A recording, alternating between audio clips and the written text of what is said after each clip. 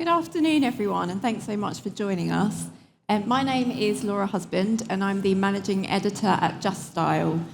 We are a digital publication that focuses on the end-to-end fashion supply chain, and we have a daily newsletter that has lots of news and insights, so please do sign up to it when you get a chance to stay informed of what's happening within the industry. So for today's session, as I'm sure you are all well aware, fashion is commonly regarded as the second most polluting industry in the world, and none of us are strangers to seeing images of mountains of discarded clothing sitting in landfill. And the latest statistics suggest that in the EU alone, clothing and footwear is estimated to account for 5.2 million tonnes of waste, and that is equivalent to 12 kilograms of waste per person every year. Currently, there's less than 1% of textiles worldwide that is recycled into new products. So trying to reduce the amount that ends up in landfill is obviously the aim of the game. To do this, it's important to keep clothing and footwear in the value chain for as long as possible, but it's also about ensuring that any item that does reach its end of life can either be biodegraded or broken up into its constituent parts to be used in another life cycle. As circularity becomes more of a household term and fashion brands and technology companies work hard to recycle fashion goods, it is becoming more and more obvious that the design of anything new needs to have its end of life considered right from the start. And this is also true because legislation is on its way that's going to hold fashion brands accountable for consumer textile waste. So all of that background takes me to this session, where we're going to be discussing how to tackle the wider fashion waste problem by either prolonging the amount of time goods can stay within the value chain or ensuring that eventually they can be broken up into their constituent materials. So as you can see, I've got Sol with me today. So we have Sol Escobar here with us for this discussion, and she's the founder of Give Your Best. So thanks so much for joining us, Sol. No, thank you so much, Laura, and thanks everybody. I hope that you can hear me okay. My name is Sol Escobar, and I am the founder of Give Your Best. We are a tech-for-good social enterprise which has created essentially the first ever platform where people, brands, businesses, retailers can donate clothes so that communities living in clothing poverty can shop online for free. So it's sort of like a Vinted for good. And I would like to start with setting the context. So I presume all of us here today, we would have chosen what we wanted to wear to this event, right? We would have known that in our wardrobes we have something that makes us feel confident and comfortable. But unfortunately, for a staggering number of people in the UK, that is not the case. In fact, there are currently 5.5 million people living in clothing poverty only in the UK. But what is even more shocking, as Laura was saying, is that at the same time, we are throwing away £140 million worth of clothing, only in the UK. This means that we could be dressing every person who needs it 15 times over with the clothes that end up in landfill, and we could be solving two issues with one approach. And so essentially, because there is no systemic solution bridging that gap, is that I started Give Your Best. Oh, fantastic, Sol. And it's such an interesting way to look at the circularity problem as well. So I guess the big question is, do you think all fashion brands today should be creating clothing and footwear with the end of life in mind? Yes, absolutely. And a lot of them actually are. We do partner with several brands that have that by design waste reduction in their business model. And they do that primarily in two ways. One, designing clothing that can be worn for longer, for as long as possible. What that means is that it can extend the life cycle, be it by resale, repair, or in our case, redistribution, which is where it goes on to really have a social impact after it has been sold and resold a couple of times usually. And of course, the other way in which brands most usually tackle the waste problem is designing the textiles in a way that can be recycled, which I'm sure that you've learned in the exhibitions around here quite a lot about that. Fantastic, Sol. And how do you think ventures such as yours can ultimately reduce that amount of goods that end up in landfill in the long run? I mean, to be fair, we need so many more solutions at the moment, because whenever I am doing a presentation or a pitch about what we do, I am asked who are our competitors. But really, right now, we are not competing for fashion waste. Otherwise, we wouldn't be in the mess that we are. There wouldn't be the mountains of clothing being thrown away that there are. So really, we're all collaborating, and we need to collaborate even more. We need more solutions. And so I think that we are offering an innovation in this field, but I really, really hope that a lot more organizations and brands do the same thing that we're doing, so that we can actually make a dent on this issue. Definitely so. And like you say, we're not there yet, are we? So no. What challenges do you face in your role with trying to encourage clothing brands, retailers, and then consumers to keep clothing going for as long as possible? I have to say, I think that brands are actually harder to sell to than consumers, because when we tell people about the option of donating clothing via our platform, where you can make a difference in a person's life with that one jumper in your wardrobe that you never wear, is such a common sense thing to do. It's something that a lot of people want to get involved, but then of course when you talk to brands, at the moment, unfortunately, most traditional business models for brands are not really used to being responsible for their waste. It hasn't historically been that way. And so, yes, it's difficult to get to that point, especially because we don't have legislation yet. I think the moment that there is legislation, and therefore, unfortunately, the right incentive for brands to do the right thing, that's when we're going to see real change. Definitely. And you said two key words there, responsible and legislation. So just to start with the responsible angle, why do you think it's so important for social responsibility to be added to this circularity equation of what we do with waste at the end of its life? Well, I mean, the S in ESG is something that a lot of brands and businesses are trying to have a positive impact with, the social side, the environmental, social, and governance, the social specifically.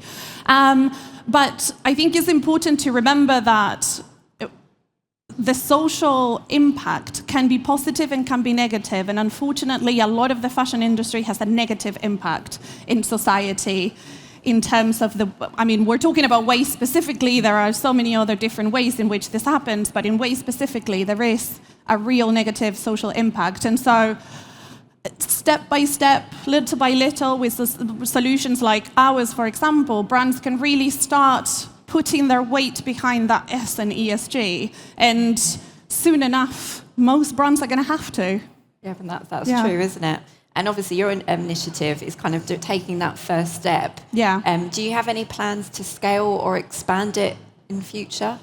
Yes, I mean, we're certainly really new in terms of fashion industry. We've only been around for a couple of years, but we have a number of partners. We have had over 50,000 items donated, and we support nearly 4,000 families at the moment. And I mean, the need is growing all the time, unfortunately. So yes, we want to be able to support as many people living in clothing poverty as possible, but also we've been approached from several countries, from brands in other countries. We don't really want to have overstock sent here from other countries. That kind of defeats the purpose. What we want to do is go and work within communities to solve those communities' problems, which is something that we do here. We really co-create with the community that we support everything that we do. And that's something that also brands, some of them are doing, and the ones that aren't should be, I think.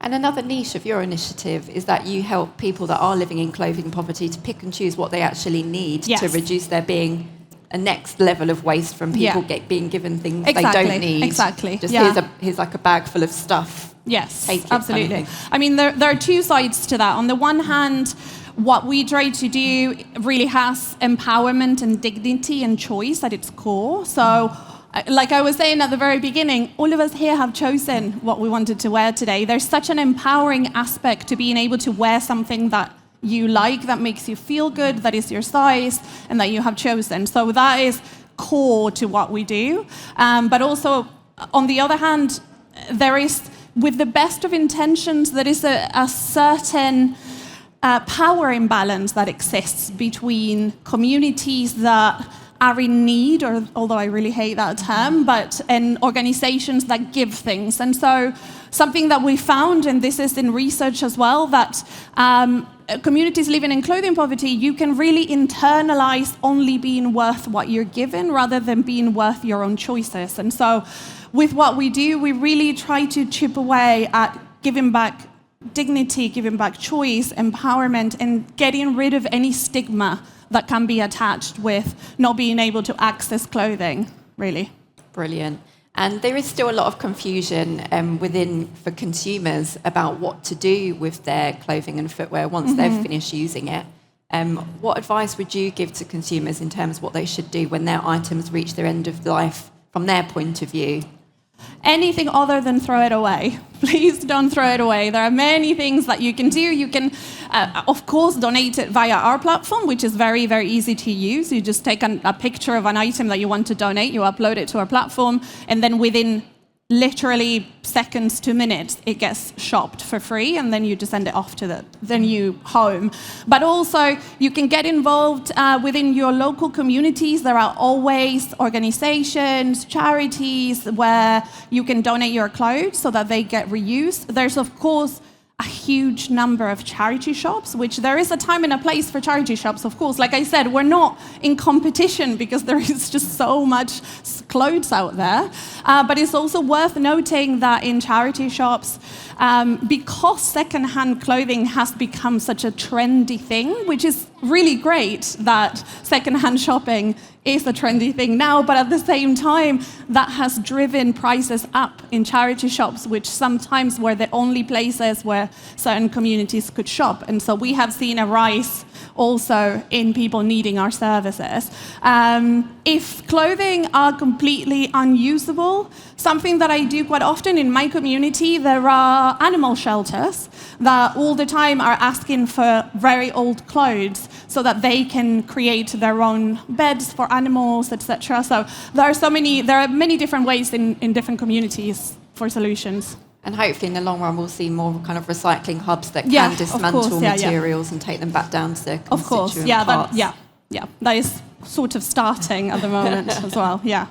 And you touched on legislation earlier, and it would be good to just go into that a little bit more detail. How do you feel legislation is going to impact what happens with clothing and footwear long after that initial sale?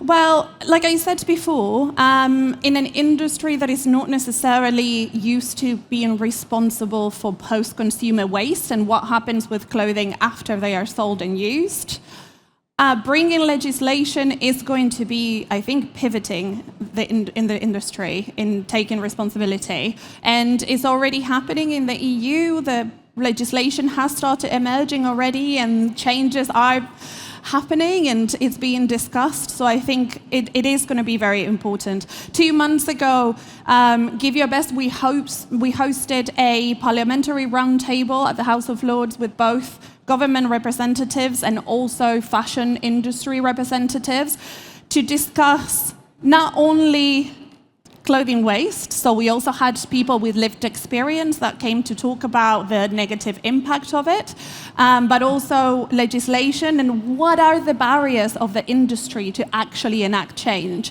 And the consensus was lack of legislation. So hopefully we'll see some changes soon. And in the world of politics, things can change quite quickly, can't they? So you said that was 2 months ago, and we're in the UK, exactly, we now have a new government. That's true. What would you like to see the UK's new government do to boost circularity and kind of reduce fashion waste and keep things going in the value chain for longer? Well, I know that there are already a lot of working groups and that focus particularly on sustainability and on waste. So I can't. There will be people that know a lot more about this than I do. Really, what I know most is what we discussed at this roundtable and sort of having those conversations with people directly, rather than speaking to this entity that takes care of waste. And, transparency is something that is incredibly needed as well, because it's really hard to get through who is on the other side, who makes the decisions, where do things go, what happens. There is a lack of transparency, and hopefully with legislation that is going to be something that the industry as a whole is going to have to be more responsible for as well. Definitely. So hopefully those are conversations you had a few months ago will keep going Hopefully, with the new government moving forward. And would you be able to share any tangible solutions with us today that already exist for extending the lifespan of clothing and footwear? Yeah, I think the whole fashion waste as a concept can seem like such a huge thing that we can't take on, that we can't solve. Clothing poverty is such a huge topic that we feel sometimes you can feel very disillusioned because it feels like something so big. What can one person do? But really, you yourself, you can make that one person's life a little bit better.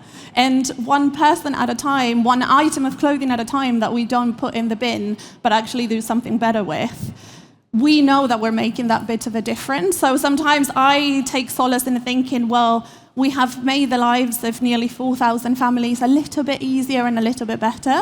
And we might have not solved the entire waste crisis or clothing poverty crisis, but at least you are making a difference little by little. Definitely. And at this show, obviously, we're surrounded by garment manufacturers and fashion brands. Is there anything they could do to help you without making more stuff, but maybe using any waste that they have within their factories or samples that haven't been used? So any ways they can get involved with what you do? Yes, countless. There are so many solutions that are emerging in terms of recycling, upcycling, not producing new, but actually reusing what is already in circulation.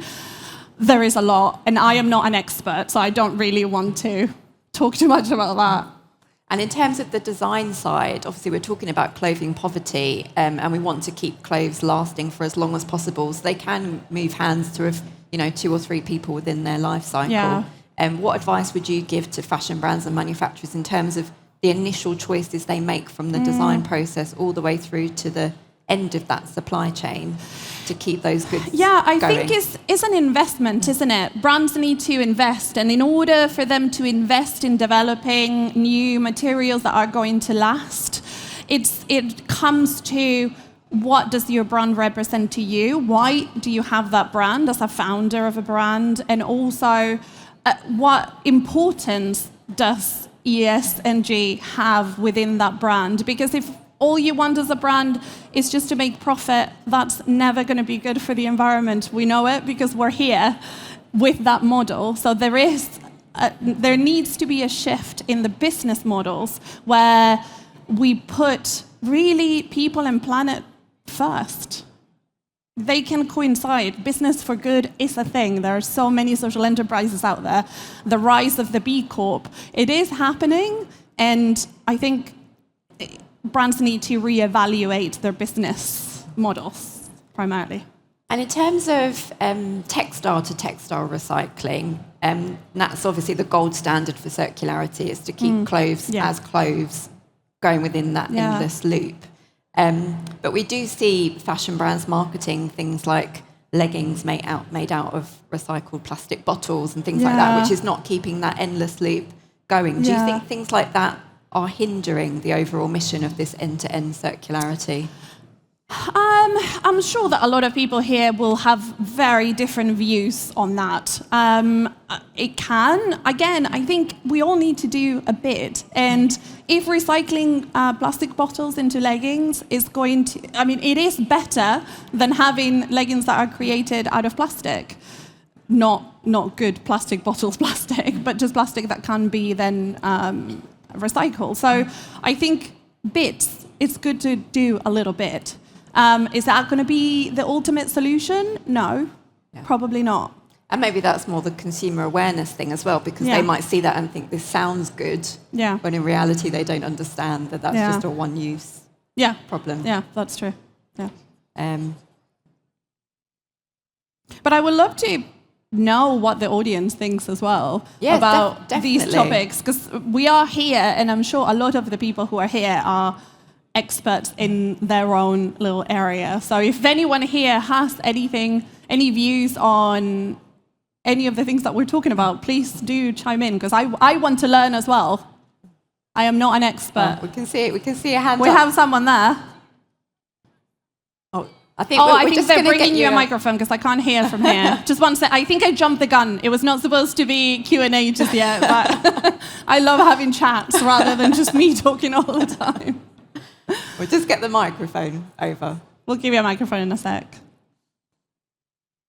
5 minutes. Okay, we'll come back to you in 5 minutes. Yeah. In the meantime, maybe you can just tell us about why you think it is so important to design with that end in mind to keep the supply chain moving indefinitely, and how that would benefit your venture in particular.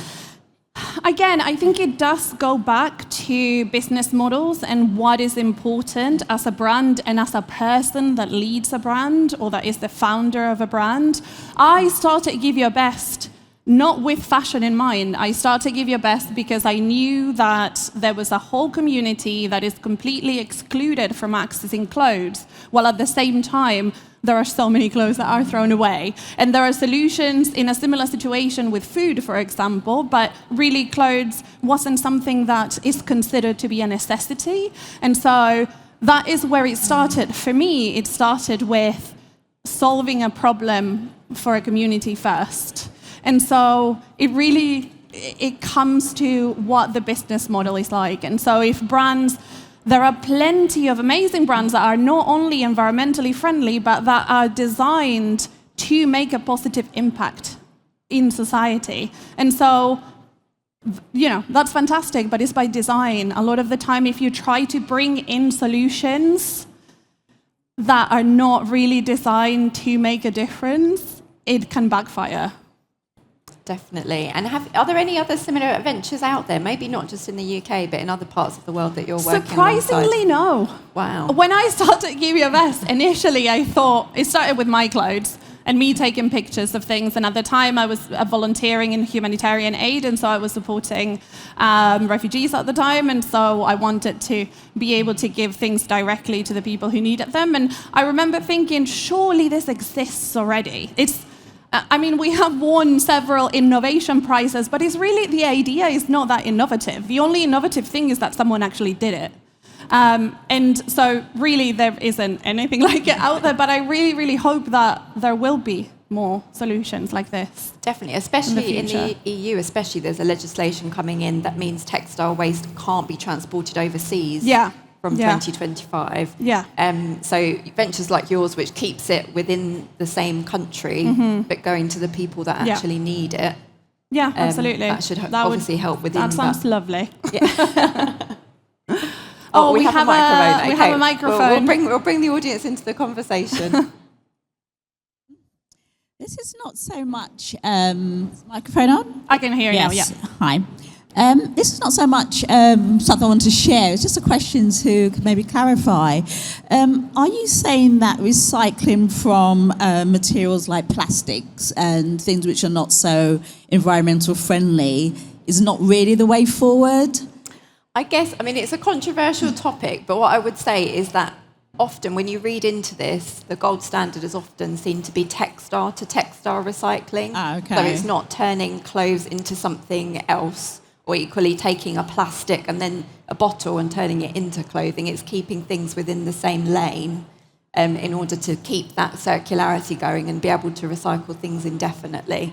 So there is a little bit of controversy at the moment about things that have been transformed from one item into another, because that can be done once, but then you can't do it again, if you see what I mean. So do some reading about it. It's a very interesting topic, but obviously through brand marketing, etc., consumers can get confused about what's the good thing and what's the bad thing. So it's a good debate to have, really.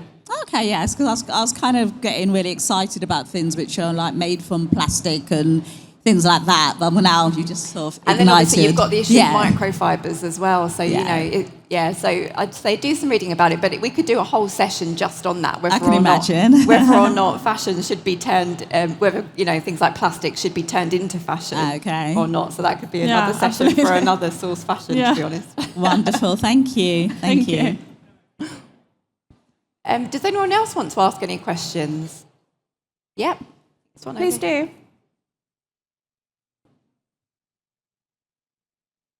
Thank you very much for that. So my question is, the clothing that you gather for the people that need it, Yes. do they then have knowledge and understanding what to do with the clothing? Do you do any working processes with them in order for them to know what to do with the clothing Once they are done with it? Once they are finished with it? Yes, yeah, we do. So for the community that we support, we then offer the service of taking back any clothes that they no longer want or that they want to donate in return, free of charge, of course. And we are in the process of developing different programs as well. So we have one for upcycling, for example, where it's a skills development too, but we give opportunities to our community to also co-create with us the ways in which we can use the textiles after they're done with them. But there is so much to be done there as well, and we have so many plans of things that we want to do, but we're also just getting started. So, but we definitely want to do more in that area. Thank you. Thank you. I think there's someone over there. Hi. Hi. How do you reach the people who actually need the clothes? Like your company, I don't know how you advertise it or whatever, but there are like so many people who actually need it, but Yeah. they may not know that Absolutely. you're doing this. Yeah, So so- how do you actually reach out to them? Yeah, so the way that we approach that is we partner with charities who are frontline support and have the infrastructure that we don't have. So we have a very long list of over 100 charities that we partner with, but one of our biggest ones is the Red Cross and Refugee Action, charities that support victims of trafficking or families escaping domestic violence. And they refer people to our services. So when they come to our platform, they actually have to register with us first. So it's a very fine line between making it accessible to a community that might not otherwise be able to access it, but at the same time also have some checks in place. And so when people can refer to us, they fill a registration form, and our team then reviews everything against our database. And then we either approve it or we can seek more information with the person and have a chat, etc. Yeah. And is it just happening in the UK right now, or is it like also happening, like, does it apply? Like, for example, you said like Red Cross is like one of like the organizations that help you, Yeah. right? I mean, that you're like affiliated with. Yeah. But there's like Red Cross in like Bangladesh as well. Yeah, And there are so many absolutely. people who like need Yeah. clothes there. So like, would they have access to like your services, for example? Right, so at the moment we operate only in the UK because what we want to do is to operate from and within the community and with the community as well. So we wouldn't from here want to send things to the other side of the world because that would defeat a little bit the purpose. And so what we are doing at the moment is creating the framework and the blueprint of how it works here. And then we would take that to a different community, but then amend it and co-create it with that community because what works here might not work in other countries. So, for example, our tech is quite easy to use regardless of the location, but we would want to sort of create it all over again in different communities. And that is the dream. We've only been operating for a couple of years, and so the 5 to 10 year plan is to be able to support other communities around the world, for sure. Thank you. Thank you. And I guess keeping clothing local also Yes, that of helps to course, reduce yeah. the carbon That's true. footprint Yeah. and keep things more sustainable. Yeah, definitely. And I think there's something really interesting as well about knowing that on the other side of the package that you're sending, there is a person that is your same size and has your same fashion sense, but lives in a very different circumstance. But sometimes down the road, we have had the case where a donor got in touch with us to say, oh, actually, this is supposed to go just down the road, and I didn't even know, can I go and deliver it in person and, see if they need anything else, that sort of thing. So it's inclusion of communities as well is something that we want to do, and that's why we wanted to make it more community-focused. Hi. My question would be, how do you encourage individuals to donate on your organization? I mean, spreading awareness is the main thing. So if everyone here could go and tell one person about the Give Your Best platform, that is something that we're all the time trying to get the word out there about what we do. Social media has been, of course, one of the primary ways in which we've done it as well, because it started just as a side project for me on Instagram during lockdown. And so we tried to raise awareness through media, through social media, through word of mouth, through partnering with businesses as well. So we do partner with businesses all across the UK now to recover clothing from their workforce, because if a business, even if a business doesn't produce clothing themselves and thus clothing waste, their workforce and customers do. And so we raise awareness through businesses in that way as well. But please, word of mouth is one of the most important ways.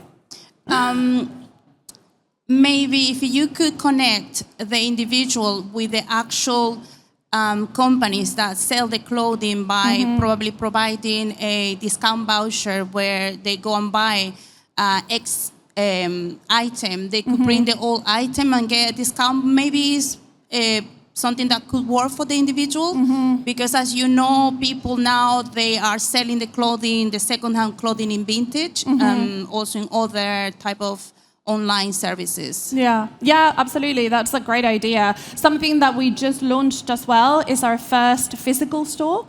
So we've only operated online, but last month we launched our first store, and it's essentially the first pay it forward store. So the concept is that anything that is purchased in store, which is either second-hand or excess stock from our partners, then funds directly a person from our community to shop for free in that same store. So essentially, it's a very inclusive experience where whoever walks in, whether they can afford the clothing or not, can still shop it. And of course, we have a whole system on how to moderate that. But the idea is that it's a very inclusive experience. And we have seen last month was our first pilot month, and we were able to support over 200 women and children coming in to shop. And we really see that when people know that they're doing good for another person with their purchase, that drives that purchase almost double in terms of, impact and motivation to actually make that purchase. And it has been really successful, and we really want to be able to set up a permanent store that is a pay-it-forward store. You kind of see that concept in coffee shops or food, but there isn't really that concept in clothing yet, and they really could be quite big to be able to revolutionize retail a little bit for good in that way. Thank you. Fantastic. Anyone else have any questions? I can hear what she said. I think she's asking where the store is. Oh, where the store is. Yeah. So their store is in Islington Square. So we had it last month, in June, because it was Clothing Poverty Awareness Week, and it was Refugee Week as well, and a lot of the community that we support are refugee women and children. We hosted it as a pilot, so we are now planning where the next one and more long-term is going to be. Possibly, but we're hoping that we'll know by next month. But if you visit our social media or our newsletter, you'll know as soon as it is. And I just had a question on from that. In terms of clothing poverty, are there any specific trends in what people mostly are in need of? Yeah, we get that question a lot, and it's for us, because I was saying before that it's about empowerment and choice. We ask people to upload everything and anything to our platform, because we don't want to make that choice for the person that is accessing our platform. We want them to have as many items to choose from as possible. And we always say to the donor, if you upload an item and it doesn't get shopped, then you know that no one wanted that particular item. But it hasn't happened so far. Our entire online store gets sold out nearly on a daily basis, regardless of how many items are uploaded. And so that really goes to show that there is someone for everything, and we want them to be able to have that choice.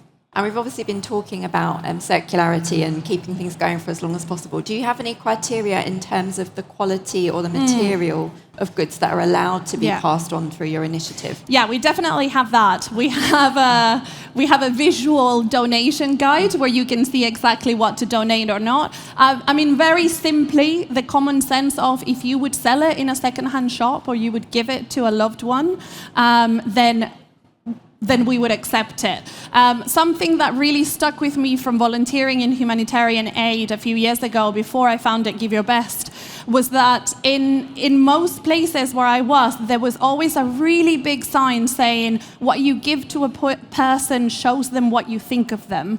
And that really always sticks with me in terms of what we do, the name of our organization, Give Your Best, and what we give to people really shows them what you think they're worth. And so we try to encourage people to give their best. Yeah. Fantastic. Well, thank you so much, Sol. I don't think there's any other questions. Please do feel free to. Yeah, I'll be around if anyone wants to chat afterwards. I'll be happy to. Brilliant. And just for anyone who has been tuning in and is super interested, what's the best way to reach you or to find out more about your initiative? Our website is giveyourbest.uk. Our Instagram is giveyourbest.uk. We have all the information there, so please drop by. Drop us an email if you have any questions, or, if I can leave everyone here with one very simple action, if you want to make a difference, go home. I'm sure all of you, us, me, we all have that one item of clothing that we never wear. And you can take a picture of it, upload it to the platform, and see how quickly and how easy it is to make a difference in someone's life. Amazing. Well, thank you so much. It's been a pleasure speaking to you, Sol. Thanks everyone for coming. Thank you.